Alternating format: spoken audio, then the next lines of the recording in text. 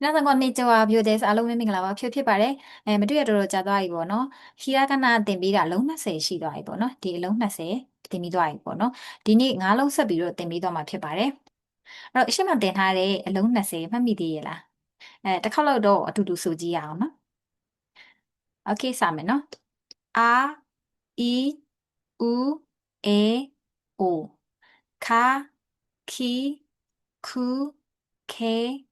ခိုစာရှိစုစေဆိုတာချီစတေတူရမယ်နော်โอเค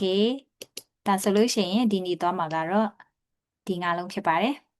โอเคပထမဆုံးတစ်လုံးကြည့်လိုက်အောင်နော်သူ့ရဲ့အတန်တော်လေးကတော့နဖြစ်ပါတယ်နရိုမာကြီးနဲ့ရေးမယ်ဆိုရင် NA ပေါ့နော် NA နဖြစ်ပါတယ်ဆွဲချက်လေးကြည့်ကြည့်မယ်ပေါ့နော်သူရဲ့ဆွဲချက်က၄ချက်ရှိပါတယ်ပထမဆုံးတစ်ချက်ဆွဲကြည့်မယ်နော်တစ်ချက်အဲ့တစ်ချက်ကပေါ့နော်အရင်မရှိဘူးပေါ့နော်အရင်မရှိပါဘူးပြီးရင်နှစ်ချက်မြောက်ကသူ့ထက်တော့နည်းနည်းလေးရှိရှိလေးဆွဲမှာပို့အဆင်ပြေမယ်ပေါ့နော်နှစ်ချက်ပြီးတော့ရင်အကောက်လေးဆွဲမယ်၃ချက်နောက်ပြစ်လေးထည့်လိုက်မယ်၄ချက်နတိတ်တော့မလှအောင်နော်နောက်တစ်ခေါက်ထပ်ပြီးဆွဲကြည့်ပါမယ်တစ်ချက်ဖြတ်မယ်နော်ဖြတ်မြင်းလေးဆွဲလိုက်မယ်နည်းနည်းဆောင်းဆောင်းလေးပေါ့နော်နှစ်ချက်သုံးချက်လေးချက်နဖြစ်ပါတယ်နကြမယ်နော်โอเคနောက်တစ်လုံးဆက်ပြီးတော့သွားပါမယ်နပြီးသွားရင်နိဖြစ်ပါတယ်နိသူ့ရဲ့တန်ထွက်လေးကနိပါရိုမာကြီးနဲ့ရေးမယ်ဆိုရင်တော့ NI နိဖြစ်ပါတယ်နိပေါ့နော်โอเคဆွဲကြည့်မယ်ဆွဲချက်က3ချက်ပဲရှိပါတယ်ဒုံချောင်း3ချောင်းပေါ့နော်ပထမဆုံးတစ်ချက်ဆွဲမယ်နောက်မှာကောက်လေးတတိလေးထည့်မယ်ပေါ့နော်တစ်ချက်ပြီးသွားရင်နှစ်ချက်3ချက်မြောက်လေးကနည်းနည်းလေးလူလေးဝက်ဝိုက်လေးပေါ့နော်ဝက်ဝိုက်လေးသွားပါမယ်နည်းနည်းလေးကွေးတယ်ပေါ့နော်3ချက်အဲ့တော့ဒီမှာပါတဲ့ဒီအပိုင်းလေးပဲဒီအပိုင်းလေးကအပေါ်ကခိုနဲ့တူတယ်ပေါ့နော်ဒီမှာနော်ခိုနဲ့တူတယ်အရင်တော့ကြီးကြီးဆွဲလို့မရဘူးပေါ့နော်ဒါကတော့သူ့ရဲ့အစိတ်ပိုင်းတစ်ဝက်ဖြစ်တဲ့အတွက်ကြောင့်မလို့နည်းနည်းလေးတော့သေးရမယ်နော်ခေဒါဆိုရင်နောက်တစ်ခေါက်ထပ်ဆွဲကြည့်ပါမယ်နိ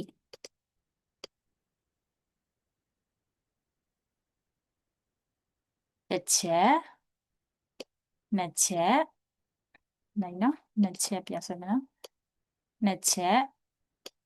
သုံးချက်နိဖြစ်ပါတယ်နိပြမယ်နော်โอเคဒါဆိုလို့ရှိရင်နောက်တစ်လုံးဖြစ်ပါမယ်နောက်တစ်လုံးသွားမယ်ပေါ့နော်နာနီ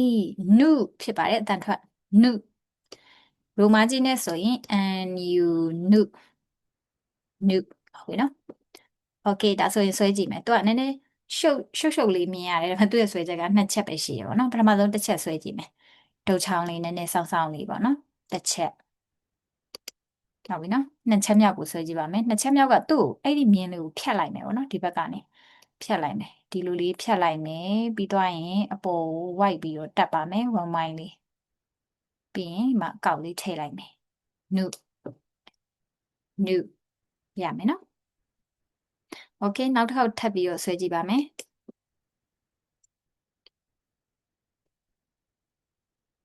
တစ်ချက်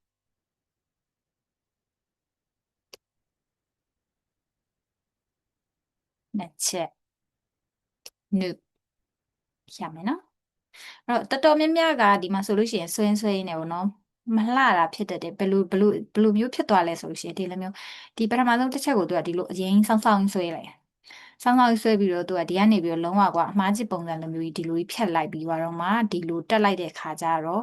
ဒီမှာဒီချုံရင်းရပေါ့နော်အရင်အလေကြီးကိုရောက်ပြီးတော့မလှဘူးဖြစ်သွားတာမျိုးပေါ့နော်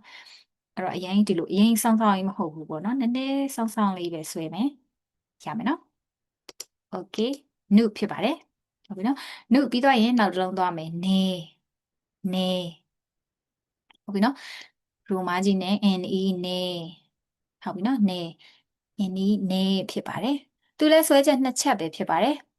ပထမဆုံးတစ်ချက်ဒုတ်ချောင်းလေးဆွဲလိုက်မယ်တန်တန်လေးပဲနော်တစ်ချက်ဟုတ်ပြီနော်2ချက်မြောက်ဆွဲပါမယ်စိတ်ထဲမှာခုနှစ်ဆွဲတယ်ပေါ့နော်ခုနှစ်ဆွဲတယ်လို့စိတ်ထဲမှာမှတ်မယ် ဟုတ်ပြီနော်ခုနှစ်လေးဆွဲလိုက်တယ်ပြီးတော့ရင်အပေါ်ပြန်တက်တယ်အကောက်လေးထည့်လိုက်တယ်နေလွယ်လွယ်လေးပဲနော်နေဖြစ်ပါတယ်နောက်တစ်ချက်ထပ်ပြီးတော့ဆွဲကြည့်ပါမယ်တစ်ချက်နှစ်ချက်နေရမယ်နော်နေโอเคနောက်ဆုံးတစ်လုံးမှာ no no ဟုတ်ပြီနော် and o no ဖြစ်ပါတယ် and o no တော့မဟုတ်ဘူးနော် no မဟုတ်ဘူးနော် and o no ဟုတ်ပြီနော်โอเคဆွဲကြည့်ပါမယ်ဆွဲချက်ကတစ်ချက်သေးပဲနော်ရှစ်နဲ့တူတယ်တို့မြန်မာလူရေးတယ်လေရှစ်နဲ့တူတယ်ပေါ့နော်ရှစ်နဲ့တူတယ်ဆိုပြီးတော့လွယ်တယ်ဆိုရင်ဒီလိုမျိုးကြီးတော့ဇော့ခနဲ့ဆိုဆွဲမချလိုက်နဲ့နော်โอเคဆွဲကြည့်ပါမယ်ဒီလိုမျိုးလေးဆွဲမယ်နော်ဒီလိုမျိုးလေးဆွဲပြီးတော့မှဒီလိုလေးဝိုင်းဝိုင်းလေး no no နောက်တစ်ခေါက်ထပ်ဆွဲကြည့်ပါမယ်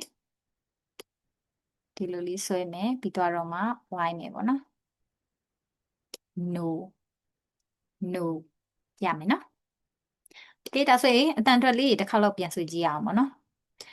နာနီနူနေနိုနောက်တစ်ခေါက်ထပ်ဆွဲကြည့်မယ်နော်နာနီနူနေနိုရမယ်နော်โอเคအဲ့ဆိုဒီနေ့ကတော့ဒီလောက်ပါပဲအားလုံးပဲခဏခဏရေးပြီးတော့ပေါ့နော်တခါတည်းအလွတ်ရအောင်လို့လေ့ကျင့်ထားပါဘိုင်ဘိုင်မှာတတ်နေ